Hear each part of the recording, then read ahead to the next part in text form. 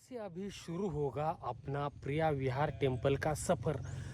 Actually मैंने अब यहाँ तक आपको दिखाया कि हम प्रिया विहार टेम्पल तक कैसे पहुँच सकते हैं और हम टिकट कैसे ले सकते हैं, यहाँ ऊपर तक कैसे आ सकते हैं। सारे मैंने आपको खर्चे यहाँ तक के बताए हैं और अभी हम यहाँ की हिस्ट्री जानने की कोशिश करेंगे। प्रिया विहार मंदिर की हिस्ट्री क्या है और ये बना कैसे है और ये हम कैसे पूरी तरीके से देख सकते हैं, ये मैं अभी आपको पूरी बताने की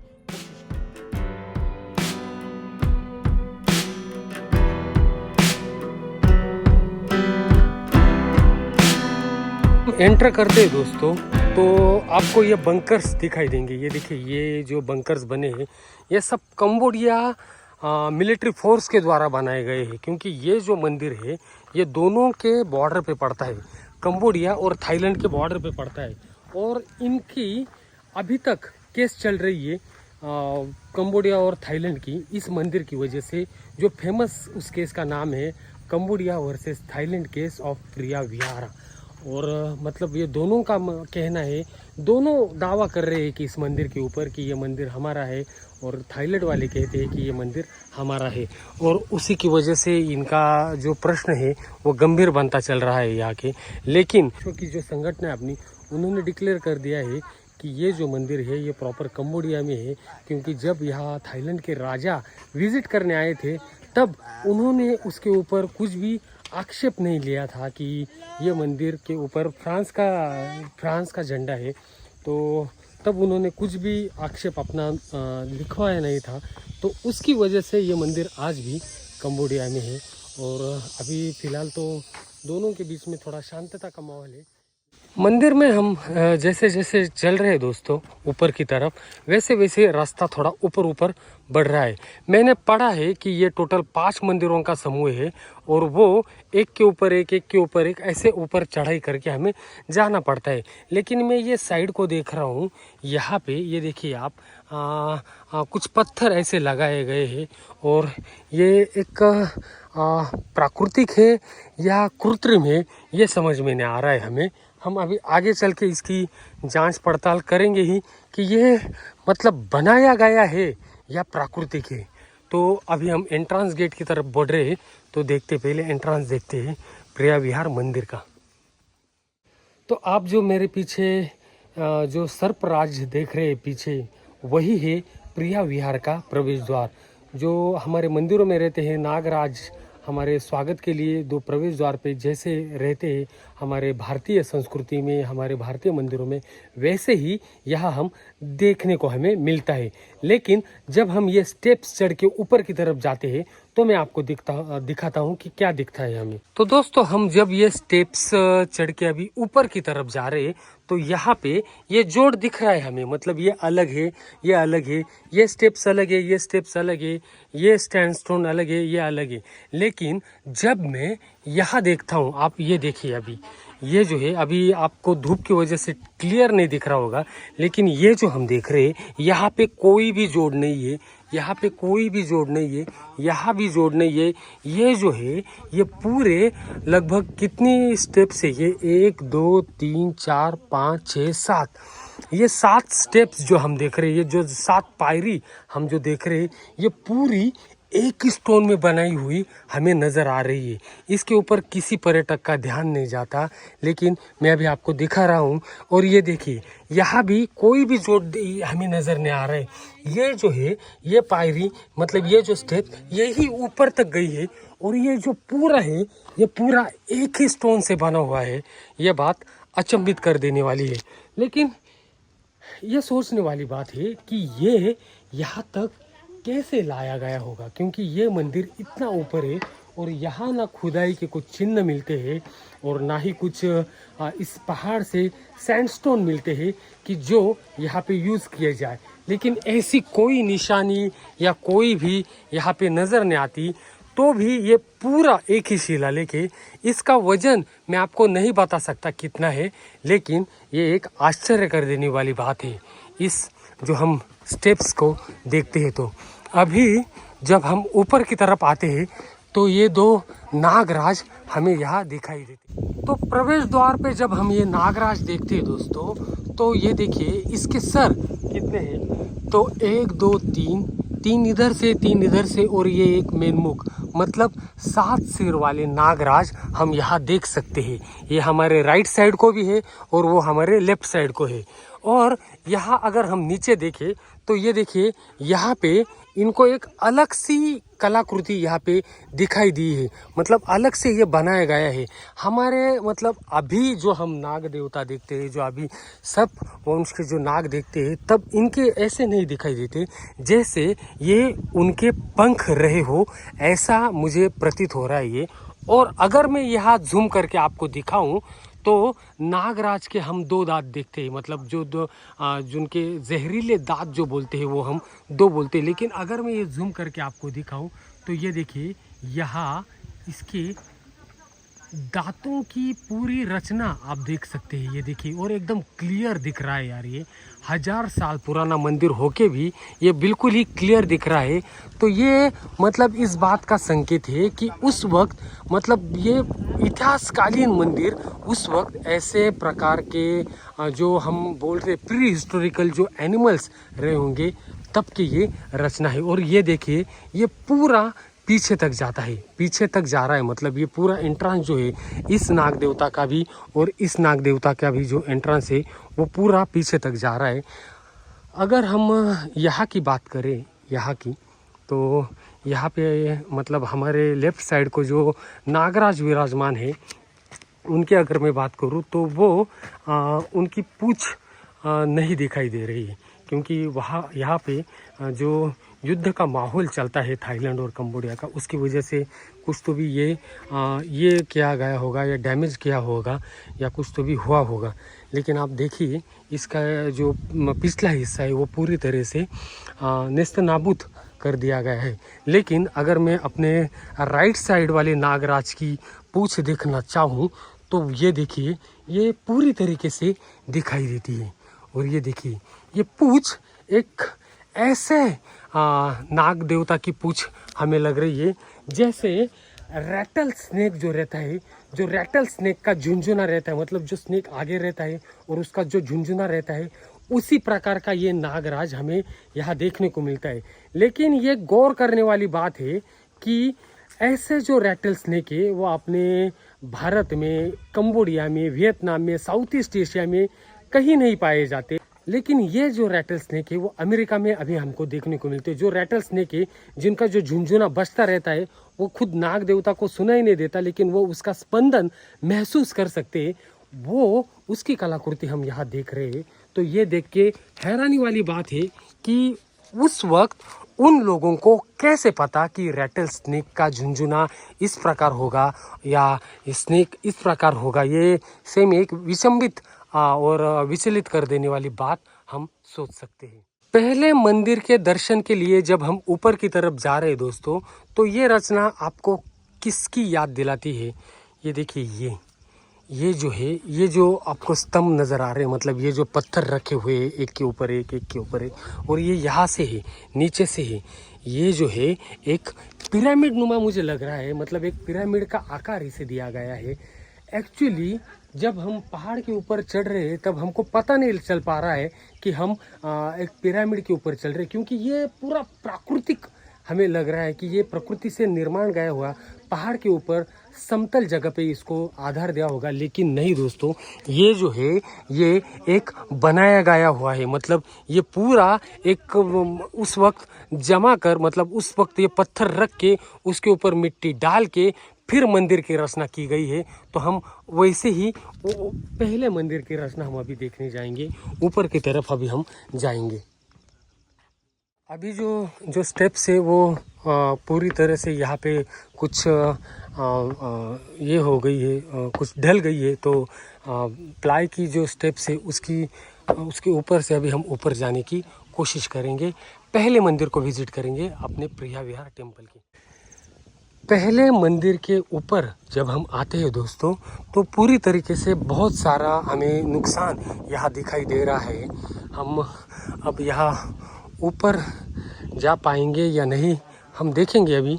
लेकिन ये जो अभी मैं नीचे से आपको दिखा रहा था, ये देखिए किस प्रकार से ये ढलान है और किस प्रकार से इसे उठाया गया है। और इस मंदिर से ही जब हम आगे की तरफ जाएंगे तो और ये ऊंचा उठा है, फिर उससे और ऊंचा उठा गया है। मतलब ये जो पहाड़ का समतल जो परिसर है, वो जहाँ हमने अपनी बाइक वाले ने जहाँ तक हमें छोड़ा वहाँ तक ही ये परिसर है, और वहाँ से इसे उठाकर एक पिरामिड का रूप इसे दिया गया है। और यही देख के एक आश्चर्य लग रहा है कि ये जो प्रिया विहार का मंदिर है, ये सही में अपने आप में एक नायाब करिश्मा है, नायाब अजूबा है।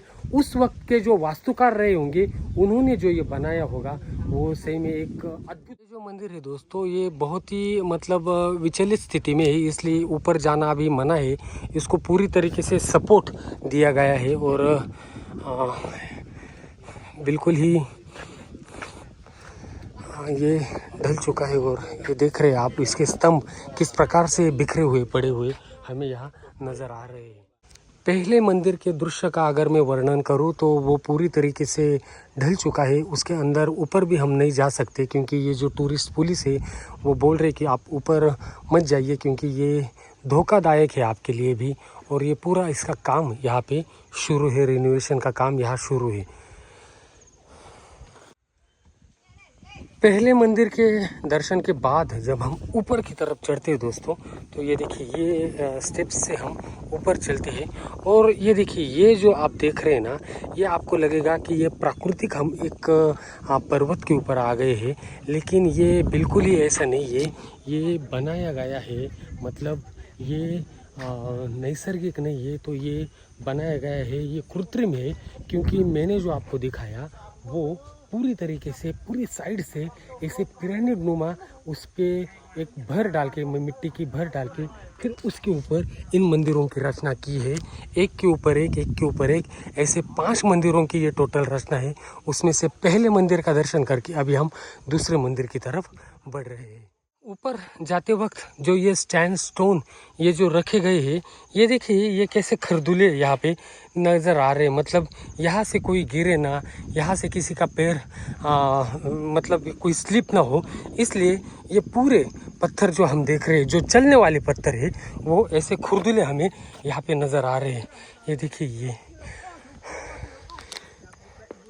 लेकिन जब हम मंदिर के पत्थर देखने की कोशिश करते हैं दोस्तों, तो वो बिल्कुल ही प्लेन हमें नज़र आते हैं। मतलब उस वक्त जो मतलब जो मंदिर बनाने वाले थे, जो वास्तुकार थे अपने मंदिर के, उनको ये प्रॉपर पता था कि किस प्रकार से इस पत्थर को हम प्लेन कर सकते हैं और किस प्रकार से इस पत्थर को हम चलने के लायक बना सकते हैं। अभी आप देखिए, मैं आपको दिखाता हूँ। ये देखिए जितने भी पत्थरों से हम चल रहे हैं, ये देखिए ये पूरे ऐसे मतलब कुछ तो भी एसिड से या कुछ तो भी लिक्विड से इसे बना होगा। और इसका कलर भी आप देखिए, थोड़ी ऑरेंज छटा आपको इसमें नज़र आ रही होगी। तो ऊपर अभी हम पहले मंदिर के दर्शन के बाद दूसरे मंदिर की तरफ जाते हैं और देखने की कोशिश करते हैं कि वहाँ हमें क्या विशेषता नज़र आती है। दूसरे मंदिर के दर्शन को जब हम जाते हैं तो आपको एक पानी का तालाब भी यहाँ पे नज़र आ रहा है। दूसरे मंदिर को जब हम विज़िट करने जा रहे हैं दोस्तों, तो ये क्या, यहाँ पे देखिए आप, ये बड़े बड़े होल यहाँ पे नज़र आ रहे हैं हमें। और ये जो है ये पूरा एक ही पत्थर है, ये देखिए आप। और ये एक पत्थर में आप लगभग ये 1.5 फुट, मतलब 1.5 फुट से, हाँ 1.5 फुट ये पूरा ये होल इस पत्थर में हमें दिख रहा है। ये देखिए ये टोटल मतलब 2, 2, 4, 5, 6, 7, 8, 9, 10, 11, 12 ऐसे बहुत सारे छेद हमें यहाँ नज़र आ रहे हैं। तो इसकी जानकारी में लेने की कोशिश की कि ये क्यों किए गए होंगे।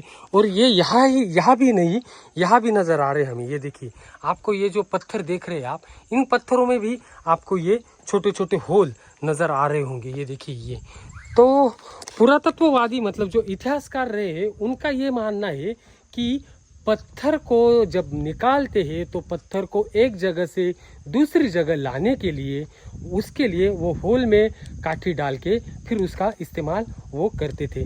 लेकिन हम अभी ऊपर चल के समझने की कोशिश करते हैं कि एक्चुअल में इसका वास्तव क्या है, क्यों ये ऐसे होल यहाँ पे बनाए गए हैं।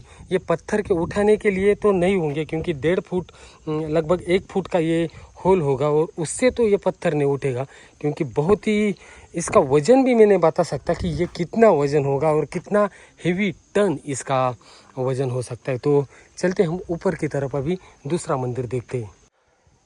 दूसरे मंदिर की तरफ भी जब हम जा रहे हैं तो ये देखिए आप, यहाँ भी आपको बड़े बड़े होल जिसमें पानी भरा हुआ नज़र आ रहा है, और यहाँ भी पत्थरों में आप होल देख रहे हैं। ये हर एक पत्थर में आपको नज़र आएगा। ये देखिए यहाँ भी है, यहाँ भी है, ऊपर तक ये हर पत्थर में आपको नज़र आ रहा है। तो क्या रहस्य होगा इसका? ये पत्थर उठाने के लिए ये होल किए गए होंगे या कुछ तो भी अलग कारण होगा। और एक बात, अभी आप देखिए यहाँ पे हम जब मंदिर में ऊपर चढ़ रहे तो यहाँ जो स्टेप्स है मंदिर तक जाने के लिए, उसको भी ये होल इन्होंने यहाँ गिराए गए हैं। तो ये जो स्टेप्स है उसको क्यों गिराए गए होंगे? क्योंकि ये जो चलने वाले पर्यटक है, जो चलने वाले यात्री है, उनके लिए ये धोखादायक हो सकता है, क्योंकि कोई गिर सकता है, कुछ उसको नुकसान हो सकता है। तो इस पायरी को भी उन्होंने क्यों ऐसे होल बनाए गए होंगे, ये भी एक रहस्य है। इस रहस्य का पता हम करेंगे जैसे जैसे हम आगे बढ़ेंगे। दूसरे मंदिर के ऊपर जब हम आते हैं दोस्तों, तो पहले मंदिर में जैसे हमने पिरामिड नुमा जो आकार देखा था, वही आकार हमें यहाँ भी देखने को मिलता है। ये देखिए आप, ये पूरा जैसे एक के ऊपर एक स्टोन्स रख के उसमें भराव डाल के फिर मंदिर का निर्माण करके फिर ऊपर वाले मंदिर का निर्माण किया होगा, कुछ ऐसा ही मुझे प्रतीत हो रहा है।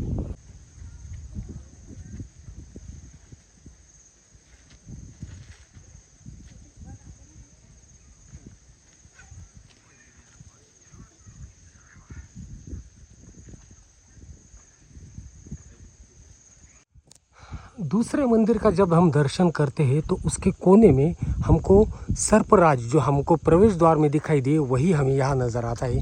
वो हमारे लेफ़्ट साइड को भी नज़र आता है, हमारे राइट साइड को भी नज़र आता है, और बीच में भगवान की प्रतिकृति यहाँ पे नज़र आ रही है। लेकिन वो थोड़ा धुंधला सा होने के कारण हम पूरा उसे जान नहीं सकते कि ये प्रॉपर है क्या। अभी हम अंदर चल के इसे देखने की कोशिश करते हैं।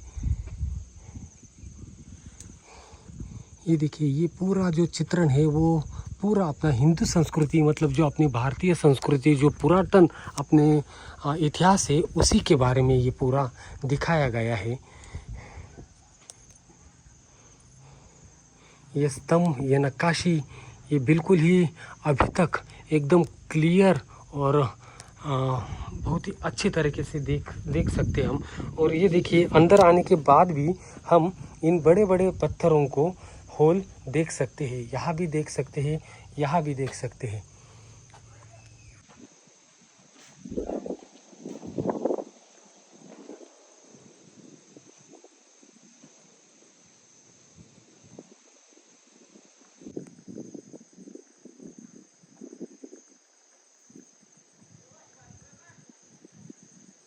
जब हम दूसरे मंदिर के दीवार की इन पत्थरों को देखते हैं दोस्तों, तो ये देखिए, अभी मैं जूम करता हूँ तो पत्थर के 4 कोने रहते हैं, लेकिन ये पत्थर देखिए आप, इसके 1 2 3 4 5 6 ये ऐसे बनाए गए हैं। इसको भी आप देखिए, एक ऐसे एक दूसरे में ये लॉकिंग सिस्टम के जैसे दिखाए गए हैं। यहाँ भी अगर हम देखें आगे आने के बाद, तो यहाँ भी आप देखिए किस प्रकार से ये ज्वाइंट किया गया है।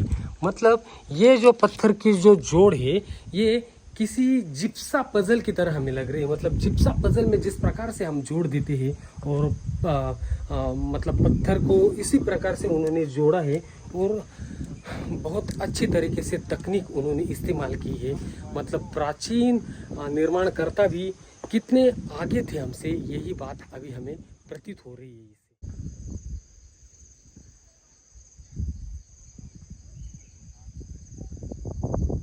ये जो मैंने आपको जूम करके दिखाया, वो एक्चुअल में विष्णु भगवान जो सर्पराज पे विराजमान है, और माता लक्ष्मी उनकी सेवा कर रही है, जो हम हमेशा अपने चित्रों में देखे करते हैं। और ये जो आप देख रहे हैं उसके ऊपर वो समुद्र मंथन का चित्रण हमें यहाँ नज़र आता है दोस्तों। मतलब आप सोच सकते हैं कि इतना 1000 साल पुराना मंदिर में हमें ये दृश्य देखने को मिल रहा है।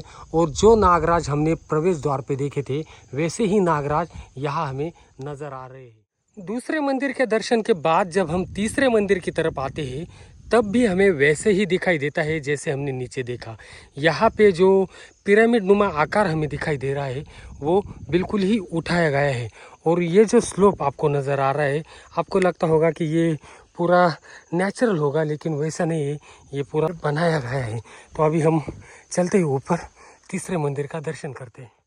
कंबोडिया में हमने बहुत सारे पेड़ ऐसे देखे हैं जो सैंडस्टोन के ऊपर भी उठे गए हैं। मतलब उनको उनकी मूलियाँ जो है वो पत्थर के अंदर से अंदर जाकर भी पेड़ पूरी तरीके से हरा भरा हमें नज़र आता है।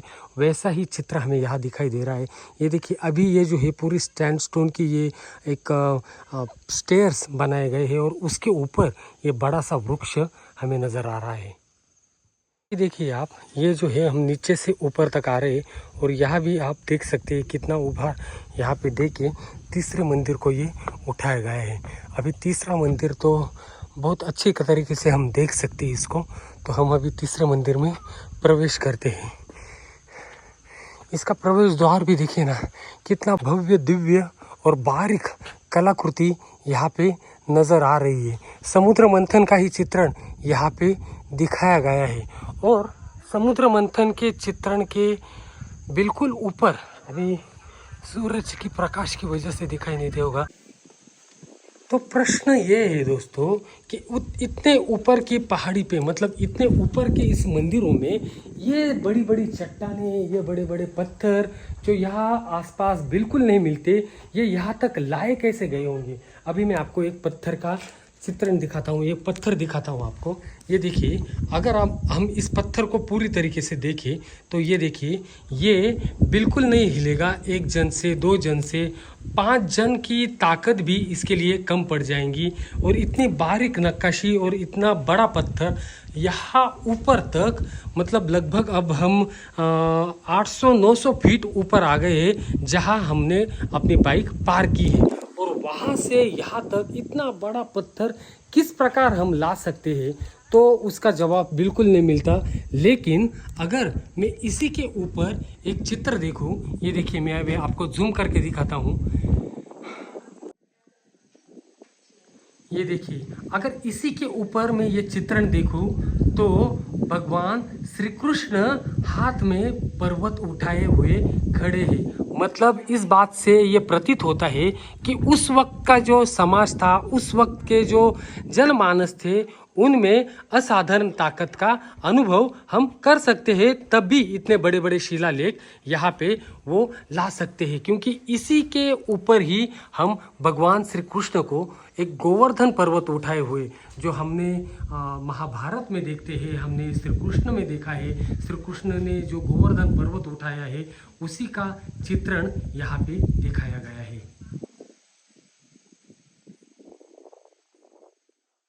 प्रश्न ऐसा निर्माण होता है दोस्तों कि अभी जो ये हम पत्थर देख रहे हैं, इसकी कटिंग, मतलब ये जो कट उन्होंने किए हैं, ये किस प्रकार उन्होंने किए होंगे। ये जो नक्शी काम हम देख रहे हैं, ये किस प्रकार उन्होंने किए होंगे।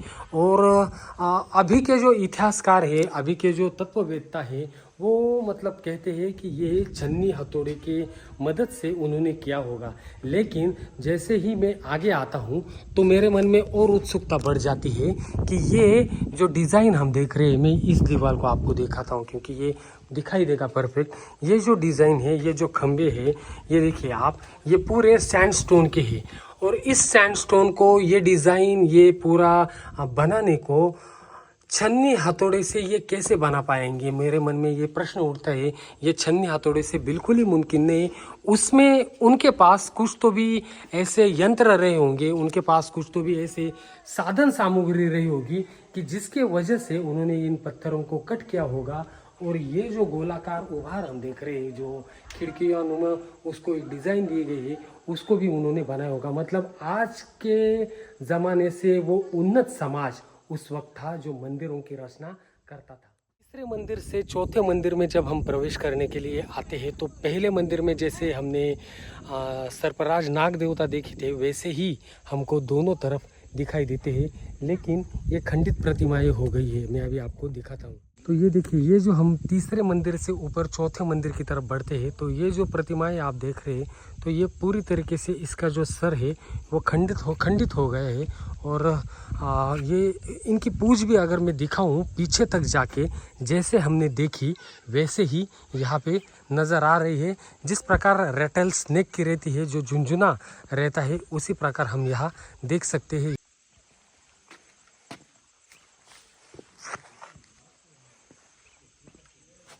चौथा मंदिर भी काफ़ी क्षतिग्रस्त यहाँ नज़र आ रहा है। यहाँ से हम नहीं जा सकते, तो यहाँ से अभी हम ऊपर की तरफ जाने की कोशिश करेंगे। यहाँ भी आपको बहुत सारी खंडित मूर्तियाँ देखने को मिलेगी। और जिस प्रकार हम एक के ऊपर एक चढ़ के आ रहे हैं वैसे ही हम अभी ये काफ़ी ऊपर तीसरे मंदिर से यहाँ तक आ गए हैं। तीसरे मंदिर को भी हम अगर बारीकी से देखें दोस्तों तो बहुत बारीक बारीक होल हमें यहाँ नज़र आते हैं। इसका जो दरवाज़ा है वो भी काफ़ी क्षतिग्रस्त हुआ नज़र आ रहा है हमें।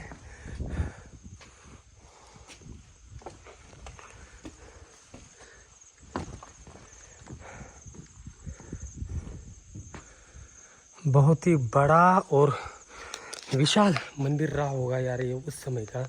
मतलब उस समय का ये मैं बोल रहा हूँ कि बहुत ही कीर्तिमान और बहुत ही गौरवशाली इतिहास हमको इस मंदिर का है, प्रिया विहार मंदिर का। ये मंदिर बहुत ही अपने आप में एक अद्भुत मंदिर है, ज़रूर इसे देखना चाहिए। 1000 साल पुरानी कलाकृति हम देख रहे हैं। 1000 साल पुराना मतलब उस वक्त के बनाने वालों ने किस प्रकार से ये पत्थरों को डिज़ाइन किया होगा, पत्थरों को बनाया होगा, यही कल्पना हम कर रहे हैं दोस्तों। और ये देखिए मैं अभी आपको दिखाता हूँ। चौथे मंदिर में जब हम विज़िट करते हैं तो यहाँ पे अंदर ये देखिए आप, अभी मैं अंदर आपको दिखाता हूँ। यहाँ पे अंदर बहुत बारीक बारीक होल है और ये एक मंदिर का गर्भगृह जैसा मुझे लग रहा है। यहाँ पे आवाज़ भी मेरी एक अलग ही प्रकार की घूम रही है। ऊपर अगर मैं देखूँ तो 2 चौरस ऐसे खाली उन्होंने छोड़े हैं। और मैं अगर यहाँ देखूँ तो ये अलग ही प्रकार की देवता की मूर्ति मुझे यहाँ नज़र आ रही है। ये देखिए आप, ये पूरी तरीके से मैंने इसके बारे में मतलब सुना है दोस्तों कि यहाँ पे अगर हम एक विशिष्ट प्रकार की ध्वनि निकालें, मतलब ऐसे अपने छाती पे मार के या ताली बजा के कुछ तो भी ध्वनि निकाले तो अलग ही ध्वनि यहाँ उत्पन्न होती है। तो मैं आपको दिखाता हूँ।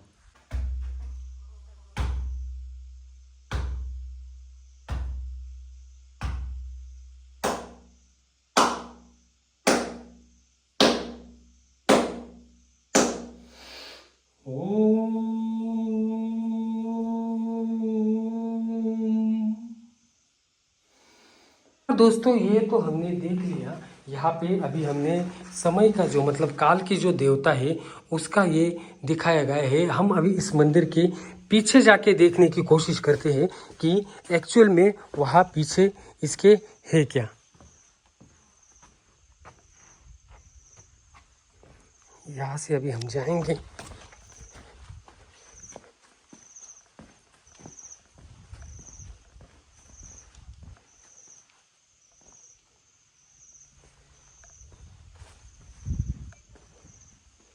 ओह, तो ये देखिए अगर मैं पीछे आपको दिखाऊं तो ये एक दरवाज़ा है दोस्तों, बहुत बड़ा दरवाज़ा है।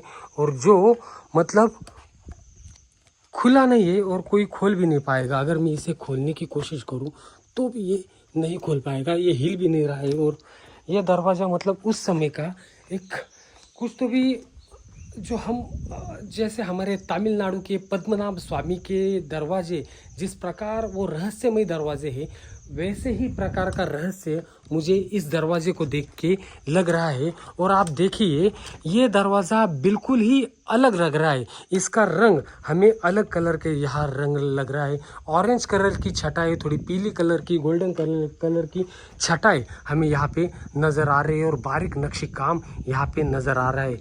ज़रूर ये मुझे लग रहा है कि ये जो होल है, ये जो अनेक पत्थरों में हम होल देख रहे हैं, जो स्टेप्स में हमने होल देखे, वो ज़रूर इस दरवाजे से कुछ तो भी उसका कनेक्शन होगा या इस मंदिर से उसका कुछ तो भी रहस्य जुड़ा होगा जो अभी तक अनसुलझी पहेली है।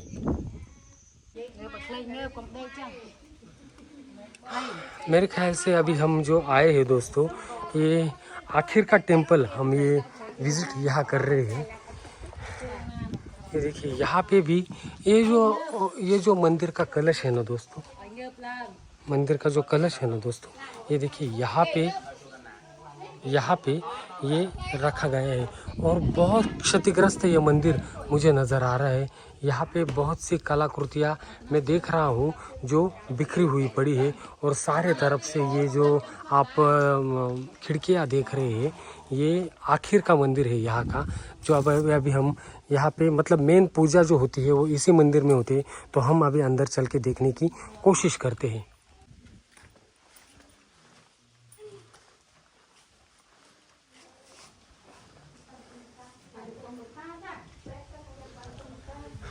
मुख्य मंदिर में जब मैं आता हूँ दोस्तों, तो ये देखिए ये जो है, ये आपको एक कलश दिख रहा है और ये कर्ल्स जैसा हमें नज़र आ रहा है।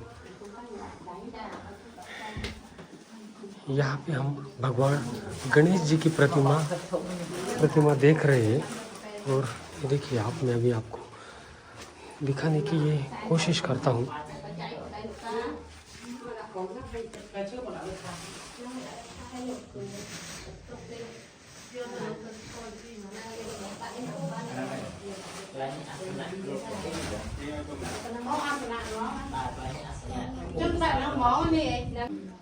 मंदिर में मैंने पूजा की, गणेश अर्चना की, मैं वक्रतुंड महाकाय सूर्यकोटि समप्रभ निर्विघ्नं कुरु मे देव सर्वकार्येषु सर्वदा, सारे श्लोक मैंने अभी पठन किए। लेकिन कुछ अजीब लग रहा है यार दोस्तों मुझे, मतलब कुछ तो भी मिस हो रहा है मतलब मुझसे।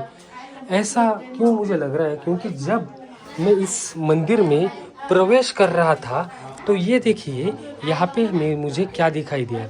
ये उसी प्रकार से नज़र आ रहा है जैसे हम किसी भोलेनाथ के मंदिर में या किसी ज्योतिर्लिंग में हम जब दर्शन करने जाते हैं तो उनके सामने नंदी बैठे हुए रहते हैं और अंदर शिवलिंग यानी मतलब अपनी जो महादेव की जो प्रतिमा है वो रखी रहती है। लेकिन यहाँ पे अपने भारत के सबसे प्रिय देवता गणेश जी की मूर्ति है, उनकी ही आराधना करके अभी मैं बाहर जाने की कोशिश करता हूँ और आपको दिखाता हूँ कि आखिर ये रहस्य है क्या, ये मंदिर किस प्रकार से भगवान महादेव का कहलाता है। तो उसका ये प्रमुख उदाहरण यही दूंगा मैं। अंदर बसे गणेश जी का दर्शन करके अभी मैं बाहर आया हूँ। बाहर मुझे बहुत सारी मूर्तियाँ और जो पत्थर है वो अस्त व्यस्त पड़े मुझे दिख रहे हैं। तो ये जो पेड़ है, मेरी नज़र अभी यहाँ पे गई कि यहाँ क्या है। तो ये देखिए दोस्तों, यहाँ पे मुझे जो अपना शिवलिंग का जो आधार रहता है, जो शिला रहती है, वो मुझे यहाँ पड़ी मिली है। लेकिन ये पूरे मंदिर परिसर में मुझे कहीं नहीं दिखाई दी। वो आखिर के मंदिर में यहाँ पड़ी मुझे क्यों नज़र आ रही है, इसी बात का कुछ तो भी मुझे ये लग रहा है कि जो गणेश मूर्ति की पूजा हम जो करते हैं, गणेश भगवान की जो पूजा हम अंदर कर रहे हैं, एक्चुअल में मेरे ख्याल से वहाँ पे ये शिवलिंग रहा होगा और शिवलिंग का आधार रहा होगा। और जो एक्चुअल में जो शिवलिंग रहा है ना दोस्तों, वो मैंने सुना है जिस प्रकार महादेव का निवास स्थान कैलाश पर्वत है, कैलाश पर्वत की प्रतिकृति जिस प्रकार से दिखती है, उसी प्रकार का शिवलिंग इस आधार पे था। लेकिन वो शिवलिंग मेरे ख्याल से इसी जो अस्त व्यस्त पड़ा सामान है, जो अस्त व्यस्त पड़े जो पत्थर है, इसी के बीच हमें इसका उत्तर मिल सकता है। और ये अभी मतलब वो जो क्रिस्टल का शिवलिंग था जो कैलाश के आकार का था, वो मेरे ख्याल से यही इसी में कहीं तो भी छुपा गया होगा या कहीं तो भी पड़ा होगा। लेकिन ये ऐसा क्यों हुआ है ये मैं बिल्कुल नहीं जानता, और क्यों इस मंदिर को अभी एक गणेश मंदिर के रूप में दिखाया जा रहा है ये भी मैं बिल्कुल नहीं जानता। तो इस प्रकार अभी इस मंदिर का विज़िट हम करके अभी आगे की तरफ मैं आपको दिखाने की कोशिश कर रहा हूँ। मैं अभी यहाँ से अंदर जाके आपको ये दिखाता हूँ। हाँ, ये देखिए, जब हम यहाँ आते हैं दोस्तों तो ये कर्व देखिए आप, ये जो हम आखिर के मंदिर में ये जो कर्व नज़र आ रहे हैं हमको, तो ये बिल्कुल ही मतलब एक अलग ही सिस्टम मुझे नज़र आ रही है। ये पूरे जो आप यहाँ से लेके वहाँ तक जो कर्व इस प्रकार का ये आकार दिया गया है, ये अपने आप में एक अद्भुत है। क्योंकि एक पत्थर को ऐसा आकार देना ये उस वक्त ये बिल्कुल मतलब अभी के ज़माने में ये इतना मुश्किल काम है। अगर हम किसी पत्थर को सीधे काटने को बोले तो वो ज़रूर काटेंगे, लेकिन इस कर्व शेप में अगर उसे काटने को अगर कहे तो वो बहुत ही मुश्किल का सामना करके ये काटना पड़ेगा। लेकिन उस वक्त के जो निर्माण करता है उन्होंने किस प्रकार ये बनाया है, ये अपने आप में एक अद्भुत रहस्य बना हुआ है।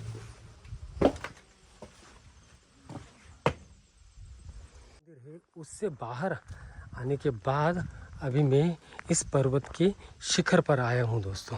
ये देखिए, अभी मैं मंदिर से बाहर आया हूँ और इस प्रकार की ये मंदिर की रचना, मंदिर की कलाकृति यहाँ से नज़र आती है। तो यहाँ से आगे जाने की अनुमति बिल्कुल नहीं है, लेकिन हम अभी यहाँ से देखेंगे। मतलब जो आखिरी स्थान था, आखिरी जो स्थान है वो यही है। इसके बाद कुछ नहीं है, बस यहाँ तक ही ये पूरा मंदिर का परिसर है। और प्रिया विहार मंदिर के ऊपर से दिखता यह दृश्य बेहद ही खूबसूरत और बेहद ही लुभावना दृश्य यहाँ से नजर आ रहा है। तो इस प्रकार इस वीडियो में मैंने आपको दिखाने की कोशिश की कि आप प्रिया विहार प्रोविंस में हो तो प्रिया विहार मंदिर किस प्रकार विजिट कर सकते हो, प्रिया विहार मंदिर का टिकट प्राइस क्या है, यहाँ ऊपर पहाड़ तक कैसे आ सकते हो, प्रिया विहार मंदिर में पांचों मंदिर में आप किस प्रकार विजिट कर सकते हो, मंदिरों में कौन सी कलाकृति आप देख सकते हो, मंदिरों में कैसे कैसे नक्काशी आप देख सकते हो, कैसे विजिट कर सकते हो, मंदिर किस तरह से पिरामिड नुमा बना हुआ है, ये सारी जानकारी देने की कोशिश की। वीडियो देखने के बाद भी आपके मन में अगर कुछ सवाल उत्पन्न होते हो तो ज़रूर प्रश्न करके मुझे पूछिए, मैं आपके सवालों के जवाब देने की पूरी तरीके से कोशिश करूंगा। वीडियो अच्छा लगे तो ज़रूर लाइक कीजिए और चैनल पे अगर नए हो तो ज़रूर सब्सक्राइब कीजिए। धन्यवाद। जय हिंद। वंदे मातरम।